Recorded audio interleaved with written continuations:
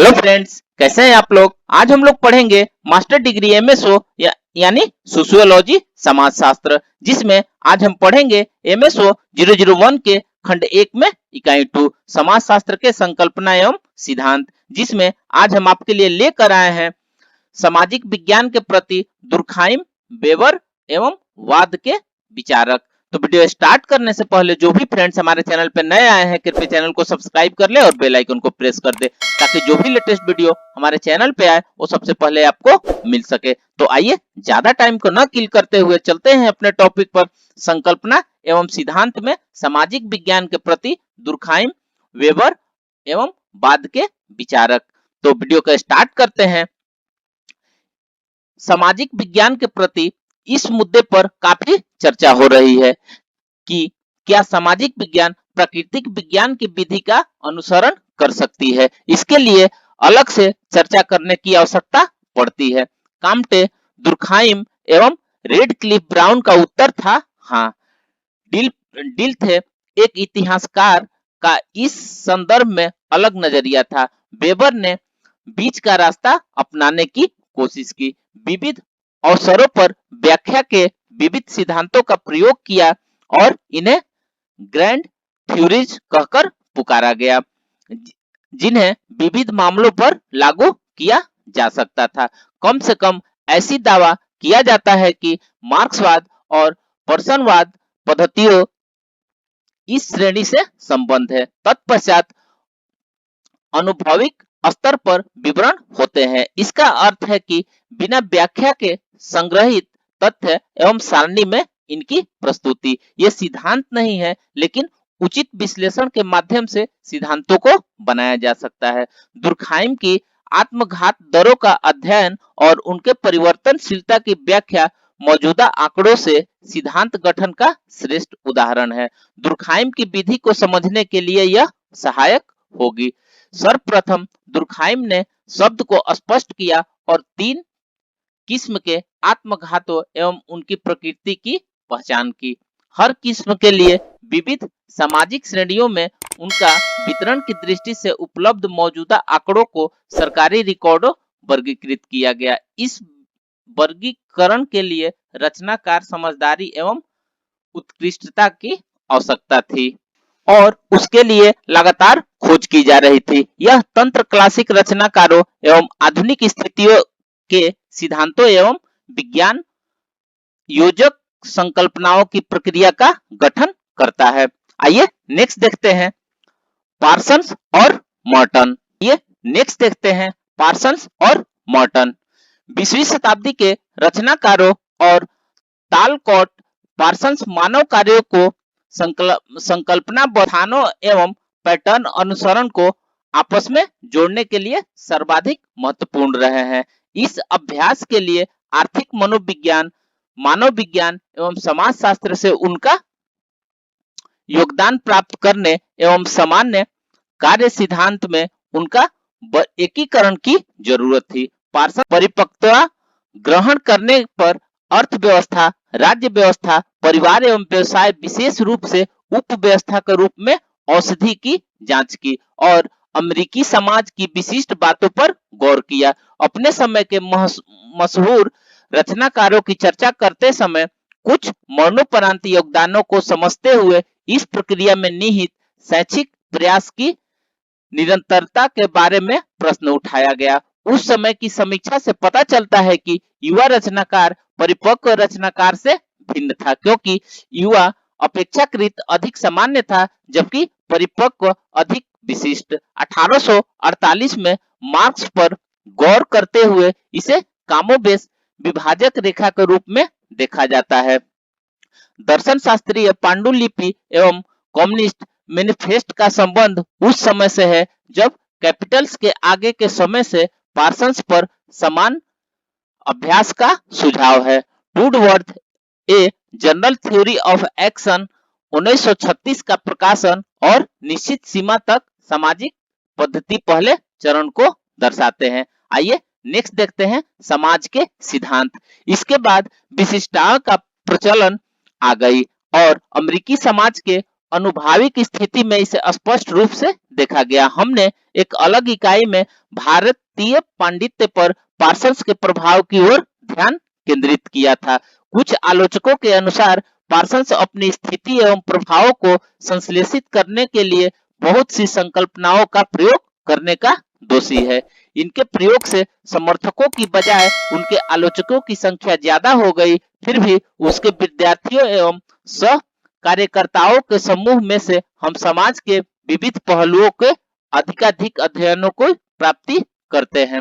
Morton ऐसे सर्वाधिक गंभीर विद्यार्थियों में से एक था जिससे उस समय अनुभाविक अध्ययनों के ताजे युग्म बनाने का प्रयास किया गया और कुछ पहलुओं को लेकर महासिद्धांत यानी ग्रैंड थ्योरी बनाने का प्रयास किया गया। हैरी एम जॉनसन ने अपनी पुस्तक सोशियोलॉजी में अपने निष्कर्षों को अग्रेसित किया, जिसे कि योगेश अटल ने हिंदी में अनुवाद किया है। योगेश अटल ने मॉर्टन के साथ एक पूरा सत्र व्यतीत किया था। अन्य रचनाकार परिवार, धर्म, अर्थव्यवस्था, अर्थशास्त्र एवं राज्य व्यवस्था का अध्ययन करते थे। Merton theory of the middle range के प्रतिदिन की वजह से विशेष महत्व रखते थे, जो महासिद्धांत और विशुद्ध व्याख्या के बीच का माध्यम है। उनका सोचना था कि इस स्तर पर सिद्धांत की स्वतः शोध प्रणाली थी, अर्थात अगली शोध के लिए मार्गदर्शक के रूप में काम करना था।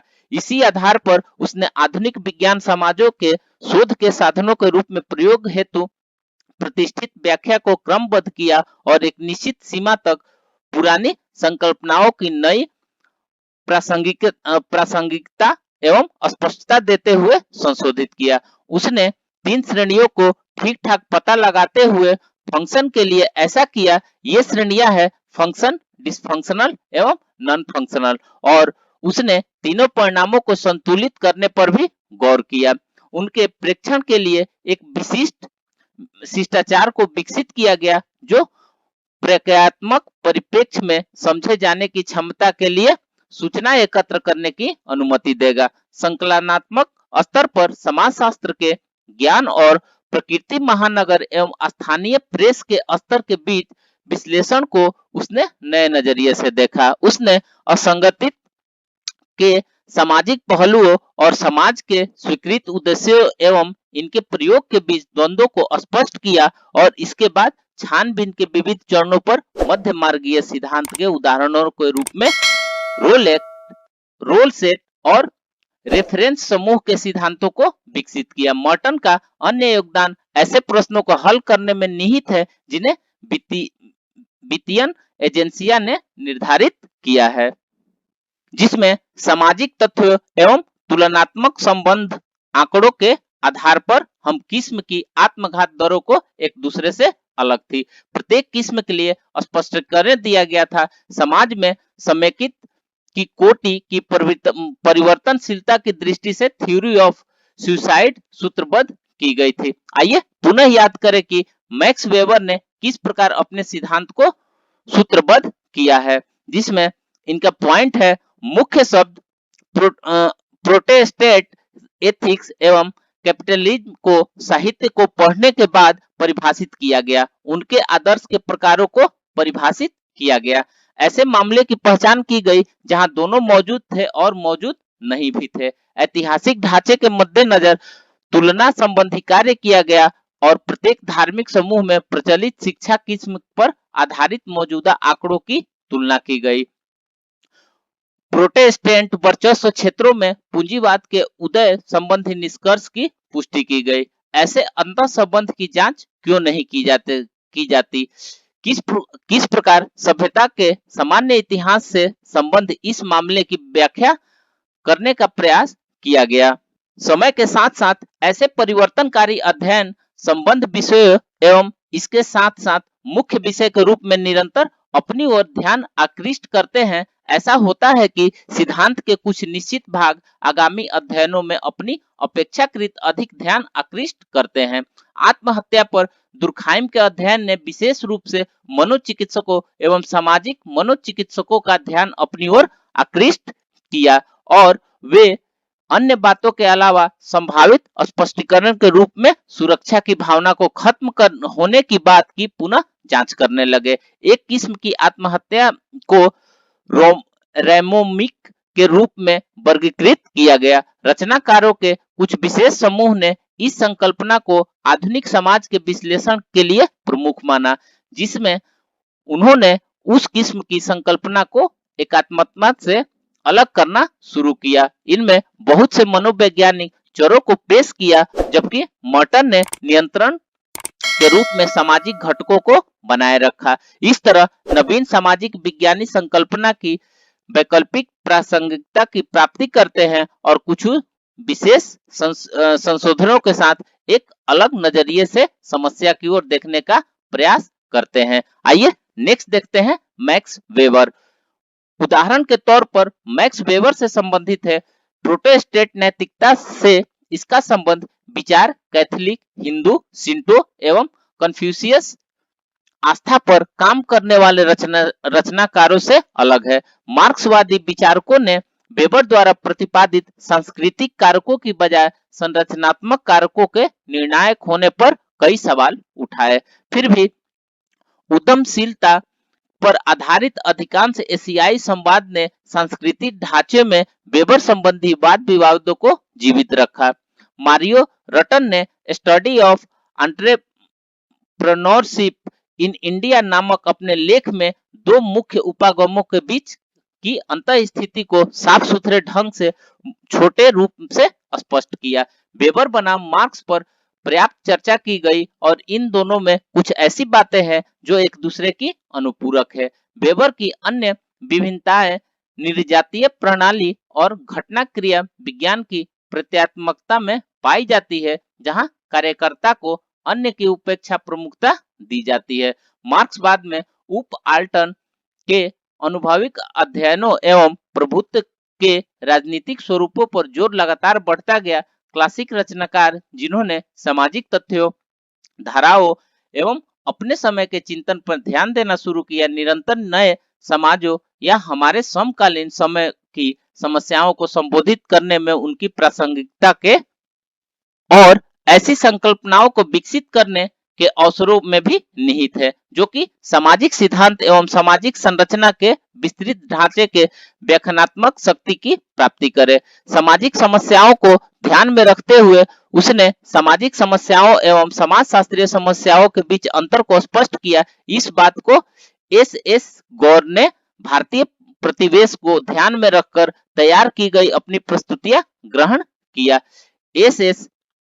एम.एस. श्रीनिवास द्वारा संस्कृतिकरण एवं प्रबल जाति के माध्यम से भारतीय समाज की विशिष्ट विशेषताओं का अध्ययन किया। एडरियन सी मेयर ने एक विशिष्ट स्थिति में अर्धघटित समूहों के क्रियाकलापों की प्रकृति माध्यम से प्रदेश के देवास शहर नामक नगर निगम चुनावों का अध्ययन करने के लिए इसे उपयोगी पाया। भारत में समाजशास्त्र की ऐसी सीमाओं को दर्शाने की प्रवृत्ति बढ़ गई है, जिससे के अंतर्गत कुछ संकल्पनाएं पश्चिम में प्रचलित हो गई है, जो भारत के कार्यरत सामाजिक प्रकर्मों की प्रकृति पर पकड़ कायम करने में हमारी सहायता कर सकते हैं। लिटिल कम्युनिटी एवं खेतिहर समाज ऐसे कुछ उदाहरण हैं और ऐसे उदाहरणों को इस संदर्भ में जोड़ा जा सकता है। तो फ्रेंड्स, इस प्रकार से आज हमने संकल्पना एवं सिद्धांत में सामाजिक विज्ञान के प्रति दुर्खाइम, वेबर और बाद के विचारक के बारे में पढ़ा।